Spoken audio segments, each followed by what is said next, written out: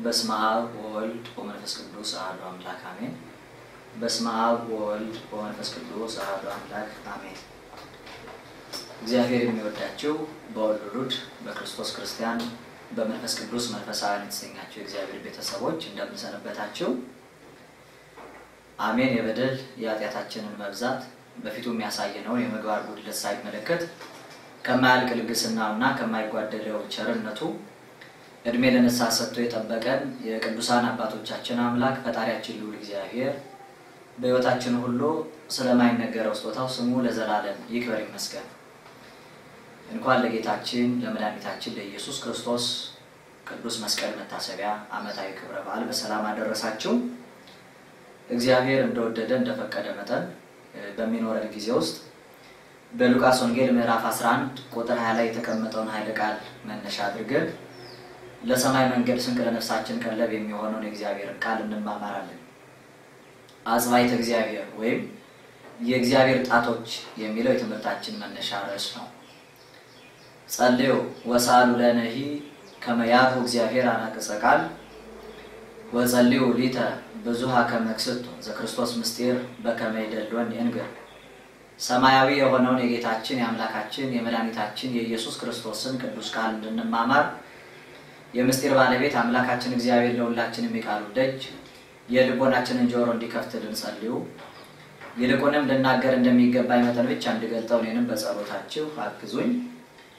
ለእኔ ተናጋሪ አንደበት ለእናንተም ሰሚ ጆሮ አስተዋይ ልቦናን የሰማይ አምላካችን እግዚአብሔር በነገር ሁሉ ያድለን።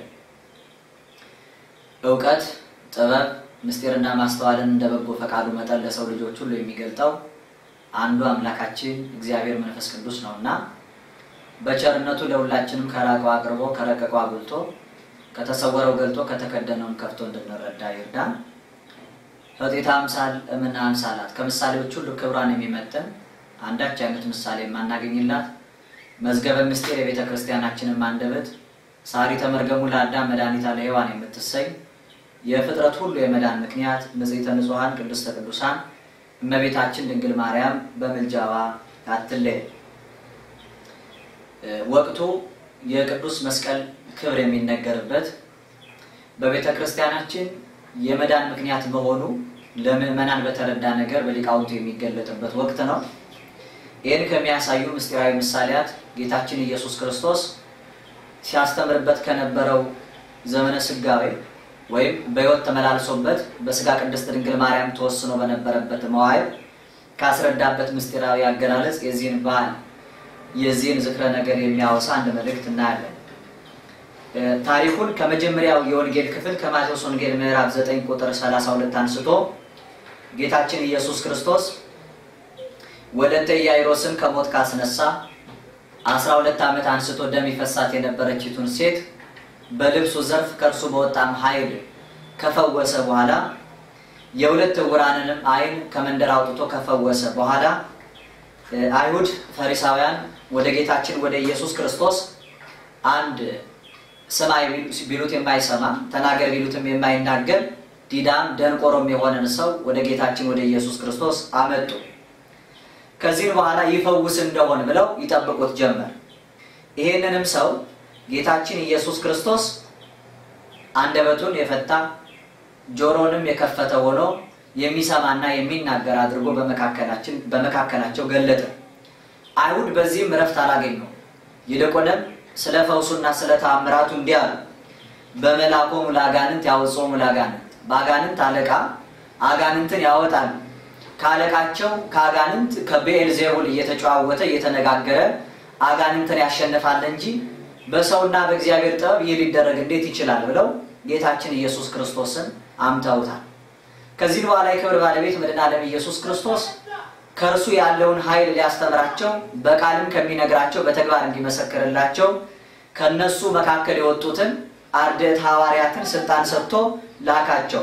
እንዲህ አለ።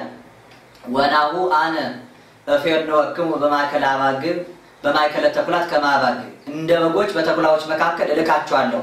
ሂዱ አጋንንትን አውጡ ድውይን ፈውሱ ብሎ በአጋንንት ላይ ስልጣንን ሰጣቸው ይላል። ከዚህ ከተነሳንበት ድረስ ከፍ ብሎ ባለው በሉቃስ ወንጌል ምዕራፍ 10 ቁጥር 17 ጀምሮ ወደ መንደር ሄደው ቅዱሳን ሐዋርያትና የከበሩ አርድእት አጋንንትን አስወጥተው በደስታ ወደ ጌታችን ተመለሱ። እንዲህ አሉት፣ እግዚኦ አጋንንትሂ ገረሩ ለነ በስምከ፣ አቤቱ ጌታችን ሆይ አጋንንት በስምህ ተገዝተውልናል ብለው ደስ አላቸው። የክብር ባለቤት መድኃኔዓለም ኢየሱስ ክርስቶስ ግን እንዲህ አላቸው፣ በዚህ ይትፈሱ፣ በዚህ ደስ አይበላችሁ፣ ስማችሁ በእግዚአብሔር መንግስት በሕይወት መጽሐፍ ስለተጻፈ እንጂ አጋንንት ስለተገዙላችሁ ደስ አይበላችሁ አላቸው። ሐዋርያትን ይህንን ብሎ ወደ ሕዝቡም ዞሮ ተናገራቸው። እንግዲህ እኔ አለ በአጋንንት አለቃ አጋንንትን የማወጣ ከሆንኩ ከእናንተው የወጡ 70 አርድእት 12ቱ ደቀ መዛሙርት ቅዱሳን የከበሩ ፍናዋን ሐዋርያት በማን ስም አጋንንትን እንዲያወጡ እስኪ ንገሩኝ አላቸው። እንግዲህ አለ መልሶ ወእመሰ አነ በአጽባይተ እግዚአብሔር አውጾሙ ለአጋንንት ዮጊኪ አይምሩ ከመበጻ መንግስተ እግዚአብሔር ሀቤክሙ፣ እንግዲያውስ እኔ አጋንንትን የማወጣው በእግዚአብሔር ጣቶች ከሆነ ወደ እናንተ የእግዚአብሔር መንግስት እንደደረሰ በዚህ እወቁ አለ። ጌታችን ኢየሱስ ክርስቶስ አጋንንትን ያወጣው በአጽባይተ እግዚአብሔር ወይም በእግዚአብሔር ጣቶች እንደሆነ ተናገረ። በብዔልዜቡል ወይም በአጋንንት አለቃ አጋንንትን ያወጣል ስላሉት አጋንንት አንዱን የሚያወጣና የሚቃወም ከሆነ ጽናታቸው ወዴት አለ ብሎ አንዱን አጋንንት ክፋትን ለማሰራት ለኩይ ስራ የሚተባበሩ እንጂ እርስ በርሳቸው የማይቃወሙ መሆኑን አስተምሯቸዋል። በዚህ በትርጓሜ ቅዱስ ወንጌል ላይ ይሄንን የሚያስረዳ አጋንንት እንኳን ለክፉ ስራ ለኩይ ተግባራቸው እርስ በርሳቸው የሚስማሙ መሆኑን የሚያሳይ ታሪክ ተቀምጧል። አንድ ዮሐንስ ወልደ ማርያም የሚባል ሰው አባቱን ተከትሎ አባቱ መምለክ ጣዖትን የሚያመልክ ነበርና ለጣዖቱ ሊሰዋና ሊያጥን ወደ ጣዖት ቤት ሲገባ ከበራፍ በአፋ ሆኖ ድካም ይዞት አንቀላፍቶ ነበር። እግዚአብሔር በምክንያት ሲያስተምረው ዮሐንስ ወልደ ማርያም አንድ ራእይ በሕልም ይመለከታል። ይሄው ያጋንንት አለቃቸው በዙፋኑ ተቀምጦ ርኩሳን መናፍስት እኩያት አጋንንትን ወደ ሰው ልጆች እየላከ ድል ነስተው ሰውን ማስተው ሲመጡ የሄዱበትን ተግባር እንደ ሪፖርት ያቀርቡለት ጀመር። አንዱ ጋኔን ከሄደበት ተልቆ ተመልሶ ወደዚህ ያጋንንት አለቃ ገባ። ያጋንንቱም አለቃ እነዚህን ርኩሳን መናፍስት እኩያት አጋንንት ከየት እንደመጡ ምን ሲሰሩ እንደቆዩና ለዚህ ተግባራቸው ምን ያህል ወቅት እንደፈጀባቸው ይጠይቃቸዋል። የመጀመሪያው ጋኔን ገብቶ ከየት እንደመጣ ሲጠየቅ ከሀገር መጣሁ አለ። ከሀገር ምን ስትሰራ ቆይተሃል አለው። ባልና ሚስት ነገር ካለቀ በኋላ አፍርሼ አጣልቼ ትዳር አለያይቼ መጣሁ አለ። ይሄንን ለመስራት ምን ያህል ጊዜ ፈጀብህ ሲለው በ11 ቀን ውስጥ ከሀገር የነበሩትን ነገር ያለቀላቸው ተጣምረው የነበሩትን ባልና ሚስት አጣልቼ መጣሁ አለ። አንተ ወደ ጌታ ክብር ልትገባ ይገባል፣ መሾም መሸለም ላንተ ይገባል ብሎ ሲሾመው ሲሸልመው ማይረግ ሲሰጠው ተቀምጧል። ከዚህ በኋላ ሁለተኛው መጣ። ከወዴት እንደመጣም ጠየቀው። እሱም ከሀገር ከመንደር እንደመጣ ነገረው። ከመንደር ምን ሲሰራ እንደነበረ ከሀገር ድንበር ምን ሲሰራ እንደቆየ ጠየቀው። እሱም ሁለት የሚዋደዱ ወንድማማቾችን አጣልቶ እንደመጣ ተናገረ። ምን ያህል ወቅት እንደፈጀበትም ሲጠየቅ በ21 ቀን ውስጥ ይሄንን ሰርቶ ወደዚህ እንደመጣ ተናገረ። መሾም መሸለም ይገባዋል ብሎ ይሄንን ማክብሮታል። ሶስተኛው ሲመጣ ከባህር መምጣቱን ተናገረ። ሰው የሚኖር በየብስ ከባህር ምን ታደርጋለህ አለው። በባህር በንግድ ሲተዳደሩ የነበሩ ሰዎች ገንዘብ ሀብት ጥሪታቸውን ይዘው ለእግዚአብሔር ቤት አስራት በኩራት ሰጥተው ምጽዋታቸውን አግብተው እንዲከብሩ ሲያስቡ ነፋስ ስቤ ማይበል አስነስቼ ሁሉንም ፈጅቼ መጣሁ። ይሄንን ለማድረግ ምን ያህል ቀን ፈጀብህ ሲለው 30 ቀን ፈጅቶብኛል አለው። አንተ መሾም መሸለም ይገባል ብሎ በክብር አክብሮታል። አራተኛው ዲያብሎስ ከዙፋኑ ዘውዱን ደፍቶ አያላኑን ከግራው ከቀኙ አሰልፎ ይጠይቀው ጀመር። ከወዴት መጣህ? እርሱም አራተኛው ከገዳም መጣዋል። ከገዳም ምን ስታደርግ ቆይተሃል? 40 ዘመን የዘጋው አንድ ባይታዊ ከገዳም አስወጥቼ ዓለማዊ ስራ አሰርቼ መጣሁ። አሁን ጥንቱን ከሀገር የመጣው ባልና ሚስት ለማፋታት 11 ቀን እንደፈጀበት ከምድር ድንበር የመጣውን ደግሞ ወንድሞችን ለማጣላት 21 ቀን እንደፈጀበት በባህር የነበሩትን ነፋስ አስነስቶ አጥፍቶ የእግዚአብሔርን ምስጋና እንዳይገልጡ ከመንገድ ያስቀረበትን 31 ቀን እንደፈጀው ይህ ደግሞ ምን ያህል ቀን እንደፈጀበት ተጠየቀ ባለቀው። እርሱም 40 ዘመን እንደዘጋ አስቦ 40 ዘመን በሙሉ ተጋደልኩታል። እንግዲያውስ አንተ የበለጠውን አድርገሃልና ብሎ ሊሾሙት ሊሸልሙት እንዲያለው ይገባል ብሎ ክብረ ሰጥቶታል። ይሄንን ሲመለከት የነበረው ዮሐንስ ወልደማርያም ሲነሳ የመነኮሳት ዝባዊ ባይታዊ ጿሚ ታራሚ ሆነው የሚኖሩ አባቶች እንዲህ ጾራቸው ፈተናቸው የበዛ ክብራቸው ማንጂ ቢበዛ አይደለምን ብሎ አባቱን ትቶ ጣዖትን ማምለክ ረስቶ በክርስትና ዓለም ለመኖር የሚጠመቅ ተጠምቆም ብቻ በሕጋዊነት አይደለ በመንኩስና የሚኖር ኋላም በሰማዕትነት ክብር የሚያልፍ ታላቅ ሰው ሆኗል። ይሄንን እርስ በርሷ የምትለያይ መንግስት የሚለውን ለመፍታት አምጥቶታል። ስለዚህ ዲያብሎስ እንኳን በመንግስቱ ካጋንንቱ ከሰራዊቱ ከጭፍሮቹ የሚጣላ አይደለም፣ አንዱ ጋኔን አንዱን ጋኔን የሚያወጣ አይደለም ብሎ ጌታችን ኢየሱስ ክርስቶስ ነገራቸው። እሱ ግን አጋንንትን በምን እንደሚያወጣ ሲነግራቸው ዮጊኬ በጻ እንከሳ ቤከሙ መንግስተ እግዚአብሔር እንግዲህ እግዚአብሔር መንግስት በዚህ ወደ እናንተ እንደደረሰ ወቁ አነ አውጾሙ ለአጋንንት በአጽባይተ እግዚአብሔር እኔ አጋንንትን የማወጣው በአጽባይተ እግዚአብሔር ወይም በእግዚአብሔር ጣቶች ነው አለ። አጋንንት የሚወጡት በእግዚአብሔር ጣቶች ነው። አጋንንትን ድል መንሳት የሚቻለው በአጽባይተ እግዚአብሔር ነው። የእግዚአብሔር ጣቶች ሲል አምላካችን ልዑል እግዚአብሔር ረቂቅ መንፈስም ቢሆን ግን አካላዊ ነው።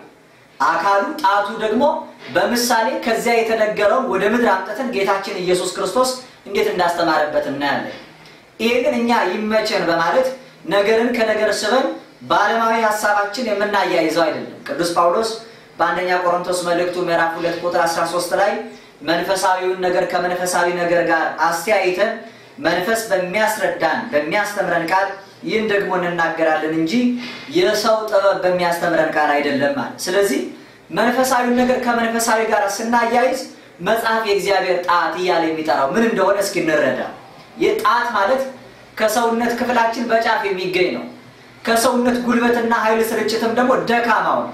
አሁን ሰው እጅግ ክቡድ የሆነውን በዘባን በጀርባ ይሸከማል፣ ከሱ ቀለል ያለውን ደግሞ በትከሻው ይሸከማል፣ አሊያም በክርኑ ይዛል ወይ በመዳፉ ይሸከማል። እጅግ ያነሰውና ብዙ ጉልበት የማይፈልገውን በጣቱ ይዛል። ከእግዚአብሔር ከችሎታው ከካህሊነቱ ከኃይሉ ጥቂቱ የተገለጠባቸው ስራዎቹ የታየባቸው መጽሐፍ ጣቶች እያለ ይገልጣቸዋል። ለምሳሌ ተመልከቱ በመዝሙረ ዳዊት መዝሙር 8 ቁጥር 3 ላይ የጣቶችን ስራ ሰማያትን ባየው ጊዜ ጨረቃና ከዋክብት አንተ የሰራቸውን ታስበው ዘንድ ግን ሰው ምንድነው አለ። የጣቶችን ስራ ብሎ ሰማያትን ባየው ጊዜ አለ። ሰማይ ለእግዚአብሔር የጣቱ ስራ ተብሎ ተገለጠ። እግዚአብሔር ፍጥረታትን ባልዮ በነቢብ በገቢር ፈጥሯል። ሰማያት ቅድመ መላእክት የተፈጠሩ ናቸው። እግዚአብሔር 10 ፍጥረታት መሬት እሳት ነፋስ ውሃን ከፈጠረ በኋላ ጨለማን ሰማያትን ፈጥሮ በሰባቱ ሰማያት መላእክትን ፈጠረ። ለይኩን ብርሃን ብሎ በመናገር መፍጠር የጀመረው እንኳን የሚሰሙ መላእክት ሲኖሩ ነው። ድንቁርና የሆነውን ጨለማ አስወግዶ ዕውቀት የሆነውን ብርሃን በመካከላቸው ሲገልጥ የሚሰሙም ስለሆነ አምላክነቱንም ሲያስረዳቸው ለይኩን ብርሃን አለ። ከዚህ በፊት የነበሩትን ፍጥረታት ሲፈጥር ግን እግዚአብሔር በሐልዮ ወይም በማሰብ ነው የፈጠረው። ልበ አምላክ ነብይ እግዚአብሔር ቅዱስ ዳዊት ግን ሰማያትን የጣቶች ስራ ከኃይሉ ጥቂት ኃይል የተገለጠበት ብሎ ሲያስረዳ እንጂ በጣቶቹ በቅዱሳን እጆቹ ልክ እንደ ሽመል መልምሎ እንደ እሸት ፈልፍሎ የሚያበጀው የቅዱሳን እጆቹ የግብር ውጤት የሰው ልጅ ብቻ ነው።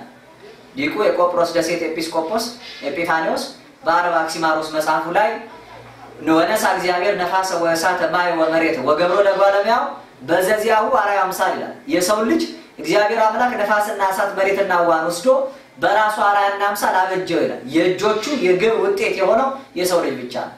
የጣቶችን ስራ ሰማያትን ባየው ሲል ጣቱ ኃይሉ ነው። ጣቱ የእግዚአብሔር ክብሩ ነው። ስለዚህ አጽባይተ እግዚአብሔር የሚባሉ የእግዚአብሔር ክብሩ ኃይሉ የሚገለጥባቸው ናቸው። ከዚህ መካከል ኃይሉ ከተገለጠባቸው የጣቶቹ ውጤት ከሆኑ ይልቁንም ደግሞ ርኩሳን መናፍስት ቋታ አጋንንትን የሚያወጡ የእግዚአብሔር የጣቱ ውጤቶች አንዱ ታቦቱ ነው። በዘመነ ብሉይ እግዚአብሔር አምላክ ሕዝቡን ከሕገ ልቦና ወደ ሕገ ኦሪት ሲያሻግራቸው እንተ ተጽሕፋ በአጻብዒሁ ለእግዚአብሔር ይላል። በእግዚአብሔር ጣቶች የተጻፉ 10ቱ ቃላት ያሉትን ጽላት ሰጠው ይላል። በእነዚህ መንታ ደንጋያ ላይ መንታ ጽላት ላይ እግዚአብሔር አምላክ በእጆቹ ጻፈባቸው። የጣቱ የኃይሉ ውጤት የሆኑ ሕጉን አስቀመጠባቸው። ስለዚህ የእግዚአብሔር ጣቱ ያረፈበት የጣቱ ኃይል መገለጫ ስለነበረ ታቦቱ ጽላቱ የቃል ኪዳኑ ታቦት ተብሎ ኃይልን የሚያደርግ አጋንንትን የሚያርቅ ሰውን የሚቀድስ ቅድስናንም የሚሰጥ ሆኖ አገልግሏል። እንዲህ ይላል በዚህ ኦሪት ዘጸአት ምዕራፍ 31 ቁጥር 18 ላይ እግዚአብሔርም ከሙሴ ጋር ሲነጋገር በሲና ተራራ የተነጋገረባቸውን በፈጸመ ጊዜ በሲናም ተራራ የተናገረውን በፈጸመ ጊዜ በእግዚአብሔር ጣት የተጻፈባቸው ከድንጋይ የሆኑ ሁለት የምስክር ጽላቶች ሰጠዋል። ይሄም ወትሮ ለነበረው በሕገ ልቦና አዳምና ሴቲቱ እግዚአብሔርን በድለው ዲያብሎስ ገዝቷቸው በመንታ ደንጊያ ላይ ስመ ግብረ እናታቸውን አጽፎ አዳም የዲያብሎስ ገብሩ እንደሆነ ሴቲቱም ሔዋን የዲያብሎስ አመቱ እንደሆነች እሺ ብለው በእጄ ብለው ወስነው ነበር። ወደ ሕገ ኦሪት ሲያሻግራቸው ግን ጊዜያዊ በሁለቱ እብነ ሩካብ መንታ ደንጊያዎች ካሳ ሁለቱን ጽላቶች ኃይሉን የፈጸመበት ሕጉን የጻፈበት ጣቱ የተገለጠበትን ስራ ሰጥቶታል። ሲመልስ እንዲህ ይላል ኦሪት ዘዳግም ምዕራፍ 9 ቁጥር 10 ላይ እግዚአብሔርም በእግዚአብሔር ጣት የተጻፈባቸው ሁለቱን የድንጋይ ጽላቶች ሰጠኝ አለ። ስብሰባ ተደርጎም በነበረበት ቀን እግዚአብሔር በተራራው ላይ በእሳት ውስጥ ሆኖ የተናገራችሁ ቃል ሁሉ ተጽፎባቸው ነበር። እንዲጠብቁ ሕግጋቱን እንዲፈጽሙ እግዚአብሔርን ደስ አሰኝተው የሥጋ ፈቃዳቸውን እንዲቀጡ ከአምልኮቱ ሳይርቁ እሱን ደስ እንዲያሰኙ የተናገራቸውን ትእዛዛቱን ያስቀመጠባቸው ጽላቱ ነው። ስለዚህ እነዚህ ጽላቶቹ የእግዚአብሔር ጣቶች ናቸው። የጣቱ የኃይሉ መገለጫ ናቸው። አስቀድሞ እግዚአብሔር አምላክ ለዘላለም ሕያው ነው፣ ጉልበቱ ሁሉ ለእርሱ እንዲንበረከክ እንደተነገረው እስራኤላውያን ለእግዚአብሔር የሚንበረከኩበት ኃይሉ በተገለጠበት በጽላቱ ፊት ነው። በሁለቱ ኪሩብ መካከል አለ። ጽላቱ ባደረበት በታቦቱ ላይ የተቀረጹ ናቸው። አነጋግርሃለሁ ስላል ወደ መቅደሱ ገብተው በጽላቱ አንጻር ተንበርክከው የእግዚአብሔርን ኃይል አይተው ክብሩን ይገልጡ ነበር። እንዲህ ይላል ሮሜ ምዕራፍ 14 ቁጥር 11 ላይ እኔ ሕያው ነኝ፣ ጉልበት ሁሉ ለኔ ይንበረከካል። ጉልበት ሁሉ ለሱ እንዲንበረከክ የከበረ ስሙ በከንቱ እንዳይጠራ የተጠቀሰው ቃሉ ትእዛዛቱ ሕግጋቱ በሙሉ የሰፈሩት በዚያ ጉልበት ሁሉ ሊንበረከክለት የሚገባ ኃይሉ የተገለጠበት ያ ርኩሰትን አርቆ ቅድስናን ለሰው የሚሰጥ ማለት ነው። መፍቀሬ ጥበብ ሶሎሞን በዚህ ሁለተኛ ዜና መዋዕል ምዕራፍ 8 ቁጥር 11 ላይ እንዲህ ይላል ሰሎሞንም ይላል ሰሎሞን የእግዚአብሔር ታቦት የገባበት ስፍራ ቅዱስ ነውና ሚስቴ በዚህ ልትሆን አይገባትም አለ ይላል። ከሴት ልማድ የነሳው ርኩሰት የማይገኝበትን በኦሪቱ ሥርዓትም ደግሞ በተቀደሰው ስፍራ የተቀደሰው ነገር እንዲገባ አድርጎ መፍቀሬ ጥበብ ሶሎሞን የእግዚአብሔር ታቦቱ የገባበት ስፍራ ቅዱስ ነው። ምክንያቱም ያ በእግዚአብሔር ጣት የተጻፈ ኃይሉና ክብሩ የሚገለጥበት ስለሆነ ነው። ስለዚህ በጣቶቹ የተጻፉ 10 ትእዛዛት የተጻፉባቸውን ሕጉ የሰፈረባቸውን እስራኤላውያን ጠላትን ድል የሚነሱበት በስጋ የነበራቸውን ጠላቶቻቸውን ያሸነፉበት ነው። ይህንን ጽላት ተሸክሞ እስራኤላውያን ዮርዳኖስን ባህር ተሻግረዋል። የኢያሪኮን ቅጥር አፍርሰዋል። አማሌቃውያንን ድል ነስተዋል። ታላላቅ ነገስታትን በሙሉ ረድተዋል። በነበረውም ሥርዓት ወደ ጦር ሜዳው ሲሄዱ ወደ ጦርነቱ ስፍራ ሲሻገሩ ፍልስጤማውያንን ድል ይነሱ የነበረው እግዚአብሔር ከነርሱ ጋር ሆኖ ኃይልን በሚያደርግበት በታቦተ ጽዮን ነው። ይህ ታቦቱ የእግዚአብሔር ኃይል የተገለጠበት የእግዚአብሔር ጣት ነው። በስጋ የነበራቸውን ጠላት ድል እንደነሱበት በአዲስ ኪዳንኛ ደግሞ በነፍስ ያሉበትን ጠላቶች ድል የምንነሳው በዚህ በእግዚአብሔር ጣት ነው። የአዲስ ኪዳን የእግዚአብሔር ጣት የተባለው አንዱ እመቤታችን ቅድስት ድንግል ማርያም ነው።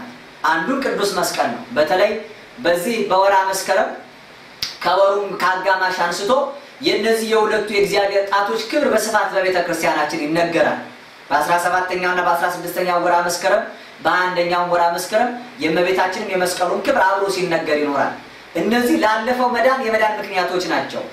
ከእመቤታችን ከቅድስት ድንግል ማርያም ከስጋዋ ስጋ ከነፍሷ ነፍስ ነስቶ ከኛ ጋር እንደሆነ ሁሉ ወደ መስቀል ወጥቶ ደግሞ እኛ ከሱ ጋር የሆንበት ምስጢር ተፈጽሟል።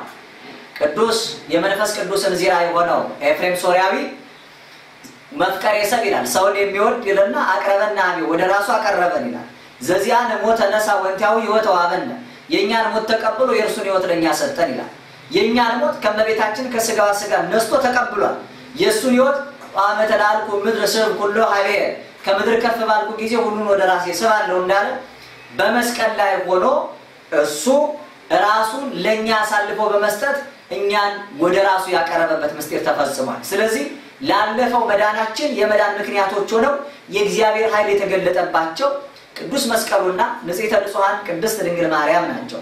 እመቤታችን የእግዚአብሔር ጣት ናት ወይም የእግዚአብሔር ኃይሉ የሚገለጥባት ናት። አጋንንትን በስሟ ድል የምንነሳ ነን እኛ ክርስቲያኖች። ምክንያቱም አስቀድሞ ለነበረው ለጽላቱ አማናዊ ጽላት እመቤታችን ናት። በሁለት ወገን ድንግል የምትሆን ታቦተ መንፈስ ቅዱስ እመቤታችን ቅድስት ድንግል ማርያም ናት። ለሁለቱ ጊዜያዊ ካሳ ለሁለቱ እብነ ሩካብ ጊዜያዊ ካሳ የነበረው ጽላት ለጊዜው እስራኤላውያን በስጋ ጠላት የነበሩባቸው ድል እንደነሳላቸው እመቤታችን በነፍስ ጠላት የነበረው ዲያብሎስን ድል የነሳንባት የመዳን ምክንያታችን ናት። ለዚህ ነው በነግ ምስጋናችን ላይ ብኪ ደህና ዓለም የዳነው ባንቺ ነው ብለን የምንመሰክርላት። ይህችን እመቤታችንን ቅዱስ ኤፍሬም ሶርያዊ እንዲያነሳታል። አሰርቱ ቃላትን ለተጻፈ በአጻቢው ለእግዚአብሔር ቀዲሙ ዜናውን በይወጣ እግዚአብሔር አምላክ አሰርቱ ቃላት በተጻፈባቸው በጸላቱ አስቀድሞ በይወጣ ነገረን ይላል። ይወጣ ማለት አስቀድሞ ከነበሩት የእግዚአብሔር ክብር ለነቢያቱ ከተገለጠባቸው የእግዚአብሔር ህቡ ስሞቹ መካከል አንዱ 10ኛው ስም ነው። አዮታ ተብሎ የሚነገረው ማለት ነው። ይሄ አዮታ ተብሎ የወጣ ተብሎ የሚነገረው ቅንጣት ማለት ነው፣ ጥቂት ማለት ነው። በይወጣ ነገረን ማለት በጥቂቱ አስረድቶናል፣ በጥቂቱ ነግሮናል ነው። ከኃይሉ መገለጫ ልክ እንደ ጣቱ አድርጎ የኃይል ስርጭቱ እግዚአብሔር መላ ኃይሉን አይደለም በጥቂቱ ራሱን የገለጠበት የክብሩ መገለጫ ነው። ይሄ እንተ ተጽፋ በአጻቢው ለእግዚአብሔር ቀዲሙ ዜናውን አስቀድሞ እግዚአብሔር የነገረ በአስርቱ ቃላት ተጻፈው አንቺ ድጋሚ ለዚያ አካላዊ ቃል ማደሪያ የሆንሽው ነሽ እያለ ይናገራታል ቅዱስ ኤፍሬም። እንዲላል መልሶ ሙሴ ጌታ የተጻፈበትን የድንጋይ ሰሌዳ ተሸከመ፣ ዮሴፍ የፈጣሪ ልጅ ያደረባትን ንጽሕት ሰሌዳ ተሸከመ ይላል። ለዚያኛይቱ ንጽሕት ሰሌዳ አማናዊቷ ንጽሕት ሰሌዳ እመቤታችን ቅድስት ድንግል ማርያም ናት። እርሷን ታቦት ይላታል፣ እርሷን መቅደስ ይላታል፣ እርሷን ደብተራ ኦሪት ይላታል። አማናዊው ቃል ኢየሱስ ክርስቶስ ያደረባት ስለሆነ ስለዚህ እመቤታችን ቅድስት ድንግል ማርያም ጠላትን ድል የነሳንባት የእግዚአብሔር ጣቱ ናት። ይመልስና እንዲላታል በትረ አሮን እንተ ሰረጸ ዘንበለ ተክል ወይሰቀይዋ ማይ ውሃ ሳያጠጧት ሳይተክሏትን አፍርታ አበባ የተገኘች የአሮን በትር አንቺ ነሽ ይላታል። የአሮን በትር በቅዱስ መጽሐፋችን ላይ የእግዚአብሔር ጣት እየተባለች ተጠርታ እናገኛለን። ተመልከቱ ኦሪት ዘጸአት ምዕራፍ 8 ቁጥር 19 ላይ እንዲህ ይላል ፈርዖን በቤቱ እያበላ እያጠጣ የሚያኖራቸው ኢያኔስና ኢያንበሬስ የሚባሉ ጠንቋዮች ነበሩ። እስራኤላውያንን እንዲለቅ እግዚአብሔር እንዲያመልኩ እንዲተዋቸው ሙሴ ከአሮን ጋር ደጋግሞ አንደበት ይሆናል ተብሎት ነበርና አሮንን ይዞ ወደ ፈርዖን እየገባ ነግሮታል። የፈርዖን ልቡ ግን ይበልጥ እየደነደነ ነበር የሚመጣ የነበረው። እግዚአብሔር እንደላካቸው እግዚአብሔር ማን እንደሆነ እንደማያውቅ ፈርዖን ደጋግሞ ሲናገር የእግዚአብሔር ኃይሉን ለማሳየት ፈርዖን ፊት ሙሴ ያደረጋቸው ታምራት ነበሩ። ከእግዚአብሔር እንደተነገረው እንዲላል ሙሴ የአሮንን በትር ወስዶ ይላል በፈርዖን ፊት ጣለው ይላል። የአሮንን በትር በመካከላቸው እባብ ሆነች ይላል። ይሄንንማ የኔ ጠንቋዮች የሚያደርጉት የለም እንዴ ብሎ ኢያኔስና ኢያንበሬስን ጠራቸው። ሙሴንም እነሱ ተቃወሙት። ሁለቱ ጠንቋዮች በትራቸውን ከሙሴ በትር አጠገብ ሲጥሉ የሙሴ በትር እባብ እንደሆነች ሁሉ የሁለቱ ጠንቋዮችን በትር እባብ ሆናለች። ከዚህ በኋላ የእግዚአብሔርን ኃይል ለማሳየት የሙሴ በትር ከአሮን የተገኘች የሙሴ በትር እባብ ሆና ሁለቱን እባቦች ውጣቸዋለች። ፈርዖንም ወደ ኢያኔስና ወደ ኢያንበሬስ ዞሮ በሙሴ ላይ ሌላ ተአምር እንዲያደርጉ ጠየቃቸው። የነሱ በትር ኃይል እንድታሳይ አሳሰባቸው። እነሱ ግን እንዲህ አሉ ይላል ጠንቋዮቹም ፈርዖንን ይህስ የእግዚአብሔር ጣት ነው አሉት ይላል። የእግዚአብሔር ምንድነው አሉት? ጣት ነው ይላል። ተመልከቱ የአሮን በትር የእግዚአብሔር ጣት ናት።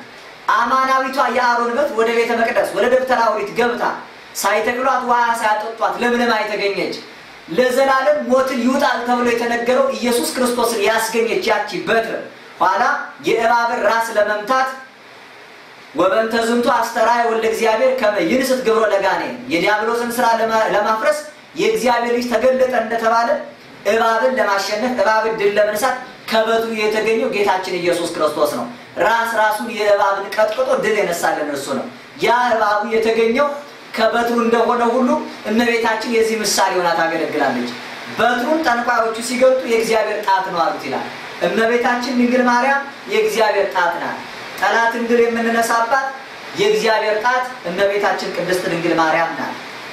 ለዚህ ነው ተሰመይኪ ፍቅር ተቆብርክ ተማንስ አንቺ ከሴቶች ሁሉ ተለይተሽ የተወደድሽ ተባልሽ። ከተለዩ የተለየች በውስጧም የኪዳን የሕግ ጽላት ያለባት የምትባይ ሁለተኛ ክፍል አንቺ ነሽ። ኪዳንም ይላል በእግዚአብሔር ጣቶች የተጻፉ 10ቱ ቃላት ናቸው። ያለመለወጥ ካንቺ ሰው የሆነው ጌታችን ኢየሱስ ክርስቶስን የወለድሽልን ሆይ አንቺ እንደርሷ ነሽ እያለ ያቺን ጽላቷን የምትመስለው እመቤታችን ቅድስት ድንግል ማርያም ናት። በጽላቱ ቃላቱ እንደተጻፉ አካላዊ ቃል በማኅፀኗ ተጽፏልና እመቤታችን የእግዚአብሔር ጣት ይላል። ጌታችን ኢየሱስ ክርስቶስ በሥጋ ቅድስት ድንግል ማርያም ተገልጦ በአጋንንት አለቃ ሳይሆን በእግዚአብሔር ጣት አጋንንትን የማወጣ ካለ እርሱ በስልጣኑ ያወጣል። ከዚያ በኋላ ያሉትን የእግዚአብሔር ጣት እንደተባለ ታላላቅ ኃይሉ ከተደረገባቸው መካከል እመቤታችን ናት። እሷ እስመ ገብረ ሊተ ኃይለ አብያተ ታላላቆቹን ኃይሎች በእኔ አድርጓልና ብላ እንደተናገረች ለእሷ የተደረገ በእሷ የተደረገውን ድንቅ ስራም ነው ምእመናን በስሟ የጠላትን ማሳት ድል ይነሳሉ። ስለዚህ እመቤታችንን የእግዚአብሔር ጣት እንላታለን። ኃይሉ የተገለጠባት የእግዚአብሔር ችሎታ የታየባት የጠላትን ማሳት ድል የምንነሳባት ርኩሳን መናፍስት እኩያት አጋንንትን የምንቃወምባት ናት። ለዚህም ነው በዘውትር ጸሎታችን ላይ በመስቀል ገጻችንን አማትበን እክህደከ ሰይጣን በቅድመ ዛቲ እመ ቅድስት ቤተክርስቲያን እንተ ይእቲ ስሜ ማርያም የምንለው ጠላቴ ሰይጣንን በዚህች ቅድስት ቤተክርስቲያን ፊት ቆሜ ክዳለሁ። በተወለድኩባት ልጅነትን አገኘሁባት ክርስቶስ አካል ምልአቷ በሆነባት በዚህች ቤተ መቅደስ ሆኜ ክዳለሁ። ቤተ መቅደሱ ቅዱስ ነው፣ በጽድቅም ድንቅ ነው ተብሎ እንደተነገረ ጽላቱ የእግዚአብሔር ጣት ባለባት በዚህች ቤተክርስቲያን ፊት ቆሜ ክዳለሁ። ለዚህም ደግሞ እንላለን ምስክሬ ማርያም ናት እንላለን። ጠላትን የምንክድባት ምስክራችን ድንግል ማርያም ናት። ምስክራችን ድንግል ማርያም ጠላትን የምንክድባት የእግዚአብሔር ጣታችን ናት። የመጨረሻው የእግዚአብሔር ጣት ቅዱስ መስቀሉ ነው። ቅዱስ መስቀሉ የእግዚአብሔር ጣት ነው። ዛሬ ጣቱን ጣታችን አድርገን በአርአያ ትዕምርተ መስቀል ጠላታችን ዲያብሎስን ድል የምንነሳበት ይህ የእግዚአብሔር ጣት ነው። አጋንንትን የምናርቅበት ጣት ነው። ከጠላት ቀስት ከጠላት ማሳት እንድናመልጥ የተሰጠን ትዕምርተ መዊ የድል ምልክታችን መስቀላችን ነው። መስቀል ጠላትን ድል የምንነሳበት አጋንንትን የምናርቅበት እርኩሳን መናፍስትን የምንቃወምበት የእግዚአብሔር ጣታችን ነው። አጋንንትን የምናወጣው በዚህ ነው። ዲያብሎስን የምንቃወመው በዚህ ነው። ይሄንን መስቀል ሊቁ አባ ጽጌ ድንግል በማኅሌተ ጽጌ እንዲለዋል ዝንቱ መስቀል መንበረ ነበልባል ዘኪሩቤል ቢጽ ይለዋል። ይኸው ወዳጅ ለተባለ ለኪሩብ መንበረ ነበልባል የነበረው መስቀል ይህ ነው ይላል። ኪሩብ መንበሩን ተሸክመው በመንበሩ ላይ የሥላሴ ክብር ይገለጣል። ጌታችን ከሦስቱ አካል አንዱ አካል በሥጋ ተገልጦ እጅ እግሩን ለተሳለ ቀኖት አፉን ለመረረ ሐሞት የሰጠበት የክርስቶስ መንበር ይሄ ቅዱስ መስቀል ነው። እንዲህ ይላል አምሳለ ስምኪ ድንግል ይለዋል መስቀሉን። በአንቺ አምሳል ድንግል በአራቱ ገጽና በአራቱ ፊደል ይህ መስቀል ኪሩቤልንና አንቺን መስሎ የታየ ነው ይላል። ማርያም የሚለው አራት ፊደል እንደሆነው መስቀልና ኪሩቤል የሚለው ባለ አራት መስቀል ነው። ኪሩቤል ባለ አራት ገጽ እንደሆኑ መስቀሉም ባለ አራት ፊደል ሆኖ አራት ስፍራ ላይ ከሰሜን ከደቡብ ከምስራቅ ከምዕራብ ጌታችን እጁን አመሳቅሎ ክብሩን የገለጠበት ነው። ይሄ ቅዱስ መስቀል እጽ ዘኢያጸንኖ ኃይለ ነፋሳት ይላል። የነፋሳት ኃይል እንኳን ገፍቶ ዘንበል የማያደርገው ማለት ነው። አጋንንት ናቸው እንደ ነፋስ ጥርጥርን ክህደትን የሚዘሩ ከቶ ሊቀርቡት የማይችሉ። ቅዱስ ያሬድ በመስቀል ድጓው ላይ ይህንን ቅዱስ መስቀል እያነሳ ይመሰክርለታል።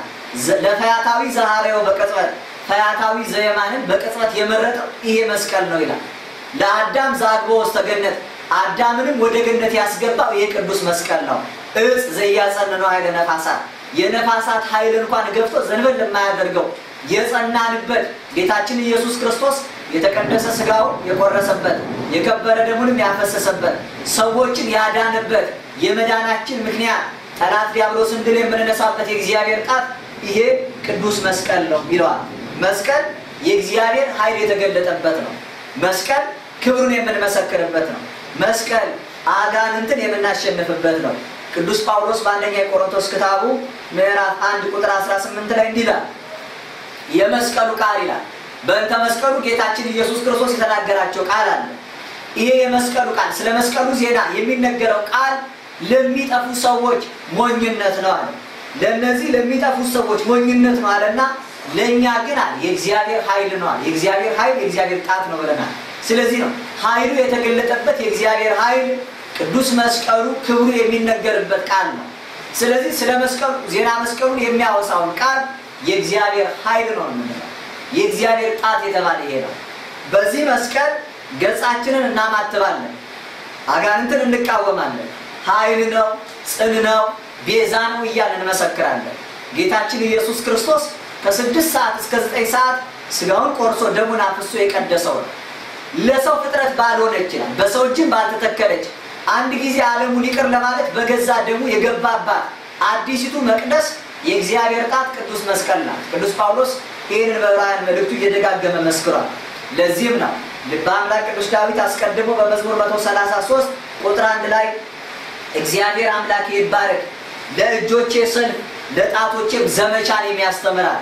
በእጆች ሰልፍ በጣቶች ዘመቻ ጠላትን ድል መንሳት እንድንችል የረዳንን እግዚአብሔርን አመሰገነ። ለእጆቻችን ሰልፍ ለጣቶቻችን ዘመቻ ማለት ጣቶቻችን ዘምተው የእግዚአብሔር ጣት ሆነው አጋንንትን ድል እንዲነሱ የተሰጡን የድህነት አርማ ጠላትን የምናሸንፍበት ምልክታችን ይህ የከበረው ቅዱስ መስቀሉ ነው። በዚህ አርአያ ትዕምርተ መስቀል ጠላታችንን ድል እንነሳለን። ለዚህ ነው ይህንን መስቀል የድህነታችን አርማ ነው፣ የነፃነታችን ምልክት ነው።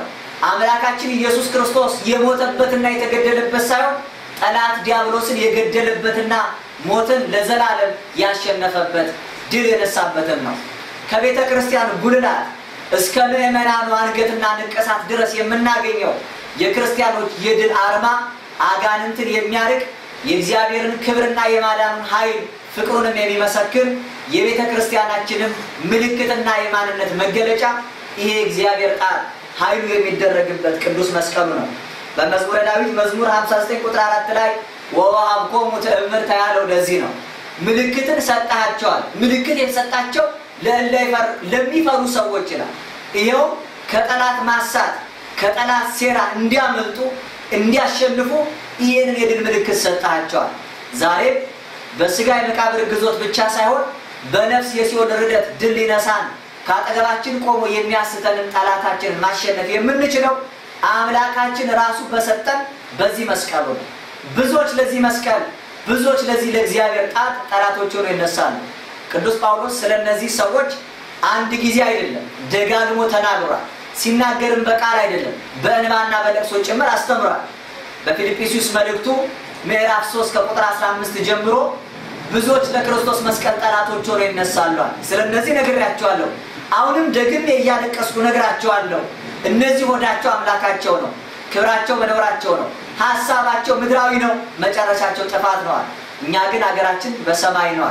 ወደ ሰማይ ሀገራችን የሚያደርሰን ከጠላት ማሳት እንድንጠበቅበት ኃይሉን የምንገልጥበት ቅዱስ መስቀሉ ነው። ቅዱስ መስቀሉ ለክርስቲያኖች የሰላም ምልክት የድህነት አርማ ነው። ጥል የተገደለበት ሰላም የሆነበት በምድር ላይ እርቅ የተደረገበት መስተጣረናን የተታረቁበት በዚህ በቅዱስ መስቀሉ ነው። የአምላካችን ማዳኑ የተገለጠበት ነው። ስለዚህ መስቀሉ የእግዚአብሔር ጣት የመዳናችን ምልክት ትምክህታችንም ነው። ቅዱስ ጳውሎስ በገላትያ መልእክቱ ምዕራፍ 6 ከቁጥር 14 ጀምሮ ገላትያ ምዕራፍ 7 ከቁጥር 14 ጀምሮ እንዲህ ይላል፣ ነገር ግን ይላል ዓለም ለእኔ እኔም ለዓለም ከተሰቀልኩበት ከጌታችን ከኢየሱስ ክርስቶስ መስቀል በቀር ሌላ ትምክህት ከኔ ይራቃል።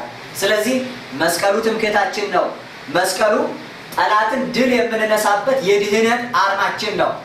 ዓለምን ያዳነ ቅዱስ መስቀል ነው። ስናመሰግንም አምላካችንን ክብሩን ገልጧልና ስብሐት ለእግዚአብሔር እኛን ካለመኖር ወደ መኖር ወደዚህ አምጥቶ የፈጠረውን አምላካችንን መጀመሪያ መስግነን ሁለተኛ በስብሐት ምስጋናችን ላይ እመቤታችንን እናመሰግናለን። ምክንያቱም ጣቱ የክብሩ መገለጫ የኃይሉን ማሳያ እሷ ስለሆነች ነው።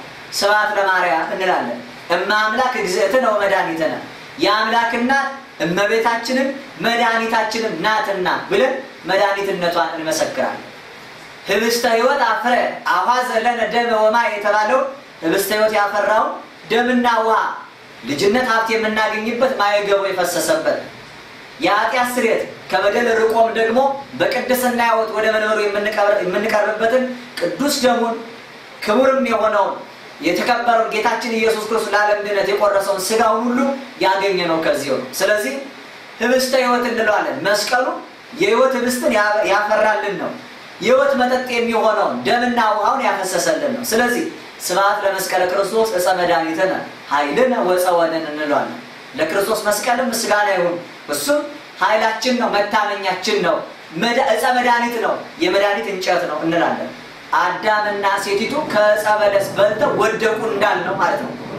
አሁን አዳምና ሔዋን ቀድሞ በነበረው በገነት ክብራቸው ሲመላለሱ ዕፀ በለስን በልተው አይደለም የወደቁት። ዕፀ በለስ ማለት የበለስ ተክል ነው። ነገር ግን ከበለሱ ተክል የተገኘውን ፍሬ ነው። ዕፀ በለስን በሉ ተብሎ ግን ተደጋግሞ በመጽሐፍ ቅዱስ መነገሩ ፍሬውን መሳቱ አይደለም። ፍሬው ከበለሱ እንደተገኘ ስለሚታወቅ ነው። ለዚህ ነው የሕይወት ፍሬ ጌታችን ኢየሱስ ክርስቶስም የተገኘው ተጸንሶ ከመቤታችን ተወልዶ ነው። አንደኛ ይሄንን ከመቤታችን ቢያደርግ በፍጻሜውም ደግሞ በቅዱስ መስቀሉ ላይ ስጋውን ቆርሶ ደሙን ማፍሶ ጭምር ነው። ስለዚህ አዳምና ሴቲቱ ዕፀ በለስን በልተው ወደቁ እንዳልነው ሁሉ ዓለምም የዳነው ደግሞ በዕፀ ሕይወት በቅዱስ መስቀሉ ነው። ዕፀ ሕይወትንም ባስገኘች በመቤታችን በድንግል ማርያም ነው ማለት አንድ ነው። ለመውደቃቸው ዕፁ ምክንያት ነው። በዕፅ የወደቀው ዳግመኛ ዕፀ ሕይወት በሆነች በመቤታችን ተነስቷል። እንዲህ ይላል በላት ምጽ በእንተ ሔዋን ታጽኦ ተገነት ሔዋን ከሞት እንጨት በልታ የገነት ደጅ ተዘጋ ወበእንተ ማርያም ድንግል ተረወነ ዳግመ ከፈለን እንብላ ዕፀ ሕይወት በድንግል ማርያም ዳግመኛ ተከፈተልንና ከዕፀ ሕይወት እንድንበላ ተፈቀደልን ይላል። ተመልከቱ ዕፀ ሕይወቱ ዕፁ አይደለም። ከዕፁ የተገኘው የሕይወት ፍሬ ጌታችን ኢየሱስ ክርስቶስ ነው። ፍሬው የተገኘው ከመቤታችን ከድንግል ማርያም ነው። ስለዚህ በዕፀ በለስ እንደወደቁ ዕፀ ሕይወት ፍሬውን ባስገኙ በመስቀልና በመቤታችን በእነዚህ በሁለቱ በእግዚአብሔር ጣቶች ዓለም ድህነትን አግኝቷል። የመዳናችን ምልክቶች ናቸው። የአዲስ ኪዳኑ የተፈጸመባቸው ክርስቶስ የተገለጠባቸው እርቅ ሰነድ አድርጎ የሞትን ጥፋት ያጠፋባቸው እመቤታችን ቅድስት ድንግል ማርያምና ቅዱስ መስቀሉ ናቸው። እነዚህ ኃይልን ያገኘንባቸው የእግዚአብሔር ጣቶች ርኩሳን መናፍስት አጋንንትን ድል የምንነሳባቸው ሰማያዊ ስጦታዎቻችን ናቸው። እነዚህ ሰማያዊ ስጦታ በቤተ ክርስቲያናችን ያኖርልን እኛም ጠላትን ድል እንድንነሳ ኃይሉን የሚሰጠን የአባቶቻችን አምላክ እግዚአብሔር ስሙ የተመሰገነ ነው። በእነዚህ አምነን በእነዚህም ታምነን አምላካችን እግዚአብሔር ደስ የሚሰኝበትን ሕጉን ፈጽመን ለሰማይ መንግስት ለማያልፈው ርስት እንድንበቃ ሁላችንም ይርዳን። ለአባቶቻችን ያለን ክብር፣ ለኦርቶዶክሳዊ ተዋሕዶ ሃይማኖታችን ያለን ፍቅር፣ በእምነት ያለን ጽናት፣ በተጋድሎም ያለን ትጋት ሳይቀንስ የእግዚአብሔርን ሰማያዊ ኃይሉን በታቦት በመስቀሉ መንፈሳዊን በረከት በእምነት በጠበሉ ተቀበለን ክብሩን እንድንወርስ የሁላችንን ፍጻሜ ያሳምርልን። እመይስሕት ኳንትሙ ለበመንፈስ አርቱን እኔ ያላገባብ የጨመርኩትን ስቼ የሚያጎደልኩትን አበው ሊቃውንት መንፈሳዊ እግዚአብሔር ቤተሰቦች አርሙኝ። አጽባይተ እግዚአብሔር የእግዚአብሔር ጣቶች ይቆየን። በዓሉን የሰላም የፍቅር ያድርግልን። ወስብሐት ለእግዚአብሔር ወለወላዲቱ ድንግል ወለመስቀሉ ክቡር አሜን።